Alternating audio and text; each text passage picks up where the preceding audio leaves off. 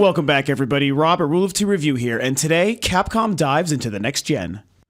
So this was an interesting news story that I found while perusing GameSpot, and it's interesting in the fact that in some ways it's almost not even news, yet it still kind of gives us a lot to talk about and to ponder. So what it is that I read was an interview with Capcom's senior manager of technology. His name is Masaru Ijuan, I'm such a jerk. Ijuan? I don't know. So we're going to call him Masaru. So Masaru made a statement about developing games for the next generation.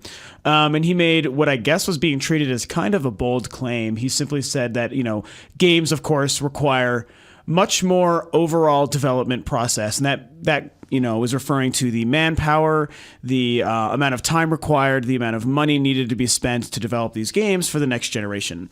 And it's interesting because that's kind of like I just said, it's not really news. That's kind of obvious, as the ability of the scale of games available with new power and technology becomes available, so too does what is required to make these games. And so this story has a few different aspects that I kind of wanted to approach. One of them is just, how it affects actual game development, and it's neat to hear a big game developer talking about the differences made between last gen and this new gen.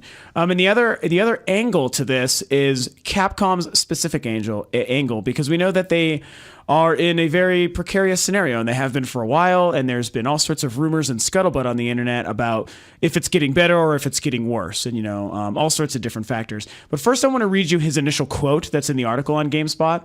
What he says, quote unquote, is, "It's clear that heightened game quality leads to a rise in the number of man hours. The amount of work involved in making games for the next generation consoles is 8 to 10 times greater than what is required for the current generation of consoles." Of course, when he says the current generation, at this point, I have no problem calling them last gen.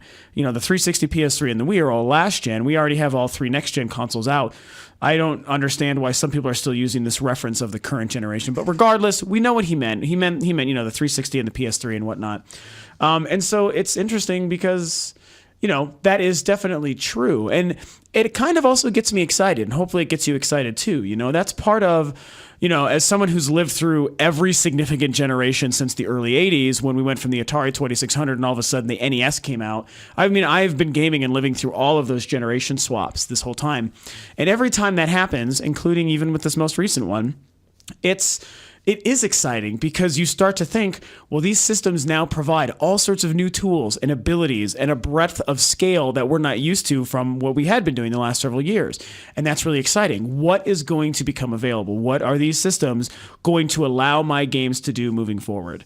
And what that means is that we of course realize that the end result, the products can be better because the technology requires more people and more involvement from the development teams to create these experiences. And that is definitely part of what makes it all great.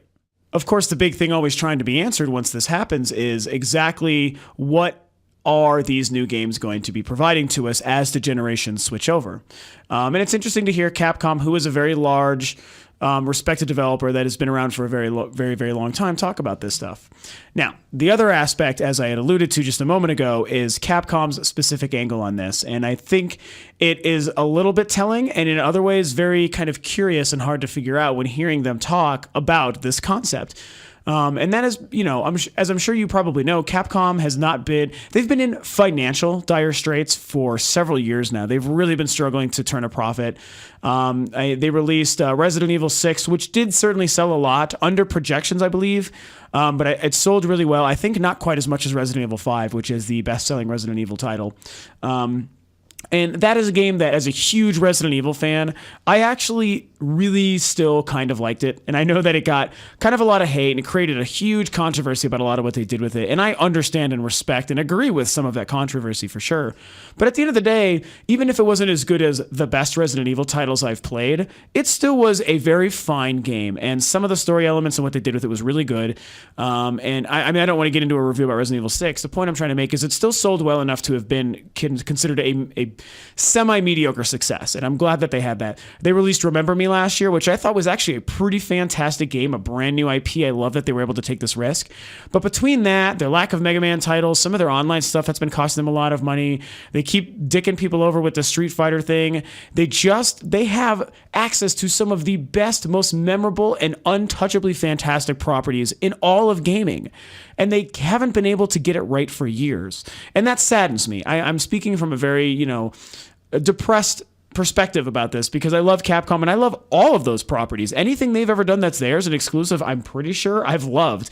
And I have a serious, deep-seated love for Resident Evil. But regardless, they've been really kind of struggling to turn a profit. Some interesting things that I've heard recently around the internet, this goes back about 2 or 3 months ago, was that they had only around $150 million in the bank. And you have to keep in mind that for a respected, long-term, high-profile AAA developer in the gaming industry, $150 million is really not all that much. And to put that in perspective, it was then explained to me that Grand Theft Auto 5 had a budget of over $200 million. So what we learned in these facts is that, for example, Capcom wouldn't be able to make a game like Grand Theft Auto 5. That is tragic. That is really unfortunate, and I think that it's a shame that a company like them wouldn't be able to has put themselves in the position via a lot of business mistakes to be in this position. I mean, you should be able to make whatever it is you want, considering who they are and what games and properties they actually have in their catalog. I mean, it's like, come on, you guys should be able to be making bank while also making great, memorable games still like you used to 10, 15, 20 years ago. And so here we are coming full circle. Now we're talking about making next-gen games. For the next-generation platforms, this article and this interview with oh my gosh, I got to pull his name back up again because now I'm even forgetting his first name, with Masaru. So what he's saying in this article is he references the engines that they are using and that are necessary for next-gen game development, and even references some of the last-gen stuff. The engine that they were using for the last generation, for the Xbox 360 and the PlayStation 3, was called the MT Framework engine. Moving forward, they're using a modified version of that engine for the Wii U and a newly developed engine for the Xbox One and PlayStation 4 called the Pantaray. Or is it Fantaray? I'm pretty sure it's Pantaray is how it's pronounced. And I'll have a link to the article below so you can kind of read this. It's a very quick article. It's got some cool video stuff of Deep Down. So they have been working and spending money and time and manpower to develop these new engines for the new consoles, obviously planning on moving forward. We know, as I just mentioned, Deep Down, that's a game that was shown off, I think it was the PlayStation 4 event in February or March, whenever it was, early last year, 2013, when they first unveiled the PlayStation 4. It's some sort of medieval dragon fire breathing, action adventure kind of hack and slash game. We don't know much about it. They just showed some CG stuff. It could be pretty cool. We don't really know enough about it, but it confirmed that they're working on stuff for this next generation. So we have this next generation. Capcom, we know Capcom is in a financially insecure situation, and we know that as confirmed via this article, that it requires a lot more manpower, time, and money to make games. Stuff that we knew that was obvious, but we're again referencing the article where a lead designer at Capcom confirms this, brings it up as a point for an article. And yet we also know that they're working on this next generation. They've spent probably a lot of money for these 2 new engines for the next generation, as well as we know they're developing at least one game, if not many, because if they're developing stuff for all 3 systems, which I'm sure having an engine for all 3 systems means that they are, then they're developing several games. If they're hurting for money, what are they doing and how are they going to make this work? I want to believe in Capcom. Again, I'm trying to come at this from the perspective of someone who loves Capcom and thinks that they can succeed. If anything, we know that they're working on Resident Evil 7. I don't remember which executive from Capcom said this, but it might have even been Shinji Mikami, the creator, but I think I'm way wrong on that. Either way, somebody had confirmed that they realized that they did sort of make a mistake with the direction of Resident Evil 6. So they know that they need to go back to what old school actual horror fan Resident Evil fans want from their game, which is a survival horror Resident Evil experience for Resident Evil 7. We know that that's their plan. It's probably in early development. I don't know if we'll see it this year at E3, maybe if we're lucky. But we know that it's being made, so that's really good news. Resident Evil is the kind of franchise that Capcom owns that if they if they do the right thing, it's like spoon feeding you guys money. Make that game awesome. Make it like what we want it to be. And what you really know inside of your head is what we want it to be. And we will give you our money. That is the thing when it comes to people failing in both the movie and the gaming industry. But I do think this problem is a little more particular to the gaming industry. But if you just do what you know we want, we are happy to throw dollar bills at you. We will happily pad your bank account. We will reward you for giving us what we want. Stuff that we know you're capable of, especially in the case of a company with a franchise like Resident Evil that has seen the success. So there's actually a template that they should be able to look back on and use as a reference for making the kind of stuff that we want. So it's not like it's a brand new mystery to them. Make the kind of Resident Evil experiences that we want. Make them good. You're going to get our money. Fucking Mega Man, same thing. Oh my God, why are you burying Mega Man? Do you not like money? Because again, you can have it. You can have all that stuff, Capcom. And that goes to all sorts of developers. You know, I mean, Nintendo, of course, is a big one. You know, it's like, come on, everyone's wanted you guys to bring Star Fox and F-Zero and stuff back forever. I agree. We'll give you our money for that. We shouldn't have had to fight you to get Xenoblade and the Last Story in Pandora's Tower released here last year. That should have been a given, and we had to fight you on that. You know, Capcom, it's the same thing. And there's plenty of other developers that I'm sure we could, you know, list off. And it's like, you know, what are you doing? Do this stuff right, please. You know, don't make the mistakes that Nintendo and Capcom are making. You know, you can do the right thing. So Capcom, you are doing what I think is the right thing. I'm nervous, but I'm glad to know that you are working, you know, you are hard at work on the next generation with 2 new engines and probably several games. I think that's great. What I really hope is that you also kind of, if you look at what the 3DS makes available to you, that's a great way to probably start building your bank account back up and securing yourself as a successful company, because you can spend way less to produce a good 3DS game, and the returns are going to be insane because that is the system that is making the most money for anybody who makes games for right now. So I would like it if you started kind of attacking that market a little bit to fix your situation. But regardless of that, the fact that you've got these engines and we know you're working on stuff, you're working on Resident Evil 7, that's fantastic. I'd love a Remember Me sequel, but I don't know if that's really you guys are in the position to do that. I'm certainly curious what it is that Capcom is working on right now, because again, it doesn't seem, until I read this article, I never would have guessed that we would have had this kind of conversation coming from this company about the next generation and all these new engines. And, you know, it's going to require all this more manpower and stuff and things that I was kind of under the impression that you guys didn't have. How can you possibly afford extra manpower and time and money to fund these bigger, more expensive, higher budget games for the next generation while spending money to develop and create new engines for these new systems? You know, not to mention whatever it is you're doing on the PC side too, which I know you do less of, but it still exists. So I guess in thinking about the ultimate point about this news story is, I've said it a few times, so just to finally sum it up, is I'm taking this as good news. Capcom, it's good to hear that you're busy at work. I think you're doing the right thing by working on these engines and games for the next generation, but I just hope that you're being smart. Whatever it is you're doing behind the scenes, behind closed doors, I hope you're making the smart decisions. Make the games that we want to make your money back. Support the systems that we need you to make your money back. Make Deep Down, the only game that we know of right now, a good game. It's not something that excited me. I believe it's PlayStation 4 exclusive. That's good news to me because exclusives are my favorite thing in the world. So just make that a good game. Show us that you really still are one of the best developers out there. Because, as I've said numerous times, make the stuff we want. We will happily throw you our money. Okay, so who knew that I had so much to say about Capcom? I really did not see all that stuff coming, so hopefully you guys dug that. I won't lie, I know I've referenced this on a few videos so far, and I swear I'm not a hypochondriac, nor do I have a weak immune system, but I really have been pretty sick for the last week or so, the last several videos. So I'm trying to avoid sounding gross and being all tired, and, you know, I'm definitely struggling to collect my thoughts. I've been taking a lot of medicine, getting a lot of sleep, and, you know, a lot of drugs and whatnot, and my thoughts aren't clear, so bear with me on that stuff, but I'm definitely getting better. So hopefully I'm still forming coherent thoughts when it comes to rambling on about video game news. So as I've said in many other videos before, I don't usually like the idea of doing just one news story per video. So I figured since I haven't done anything very specifically focused on Nintendo for a while, I figured I would touch on something that is not new news by any means, but something that I haven't really been able to discuss a lot, so I figured I would bring this up. And that is Hyrule Warriors, which was a surprise from a Nintendo Direct about 2 weeks ago or so. And it was the Koei and Nintendo mashup that is meshing The Legend of Zelda with the Dynasty Warriors universe, which is super, super nutty. There is no way in hell anyone saw anything like this coming. And of course, the reactions have been all over the place to very excited, to curious but cautious, to totally thinking it's the worst idea out there. I think there's a little bit of merit from all sides overall. So I guess when it comes to what I think about it, I'm not really jumping for joy by any means about this game.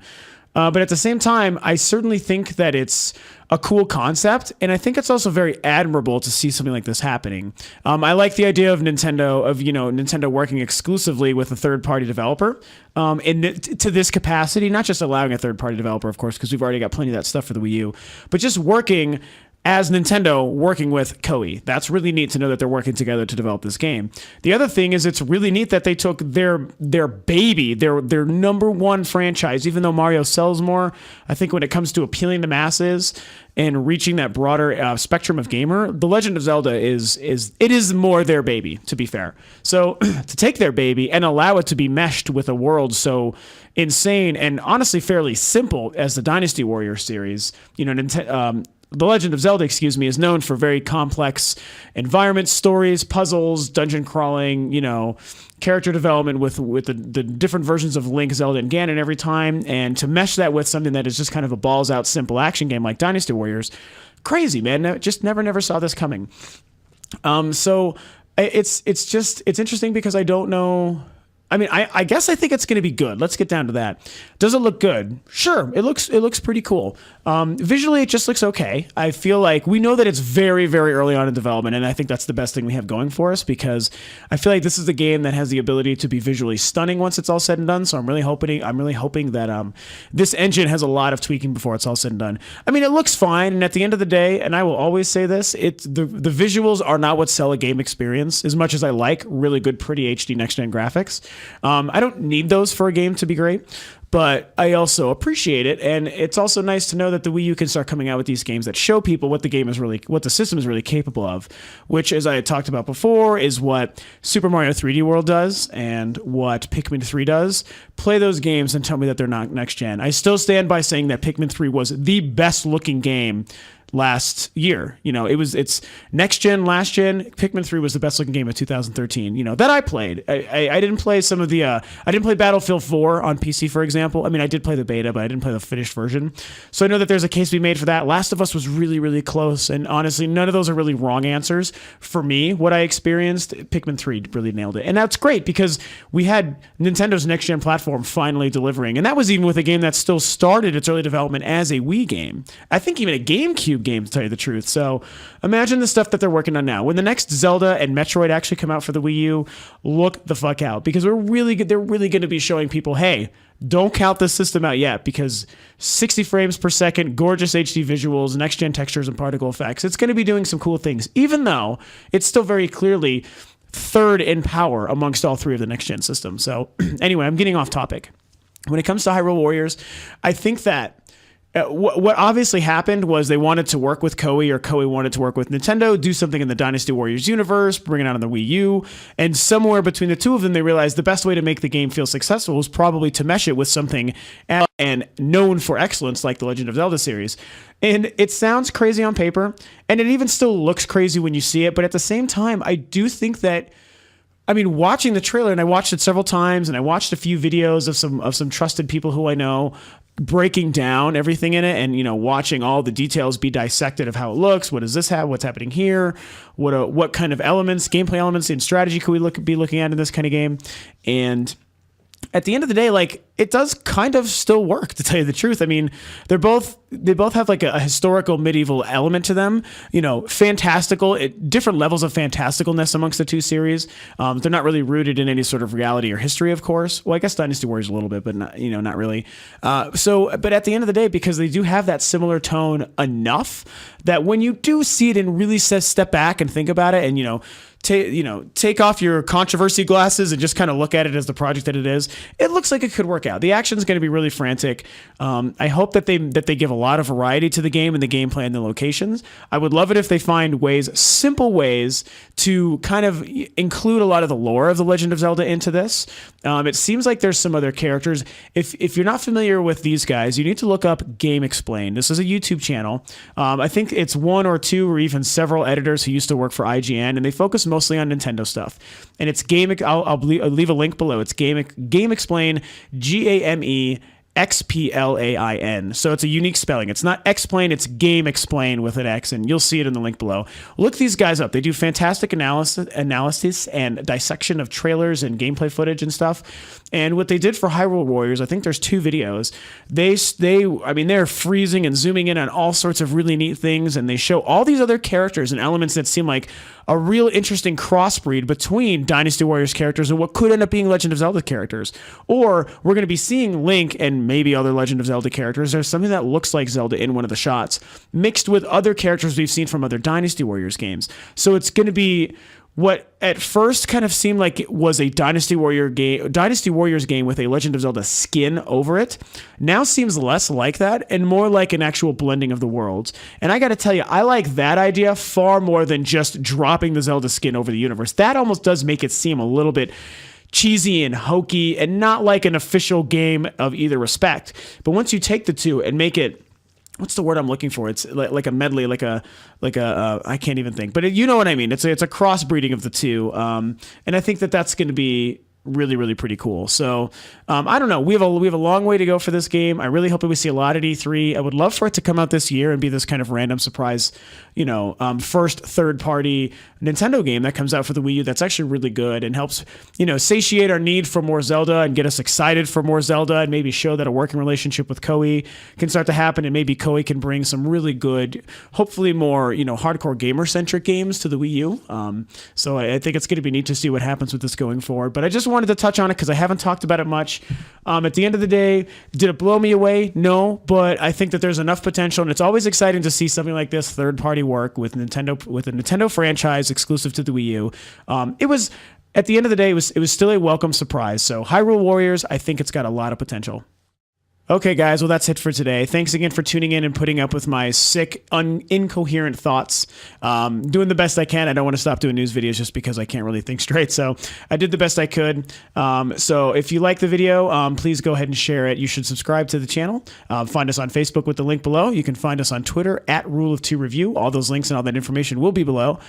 So thanks again for tuning in, and I'll get you guys next time.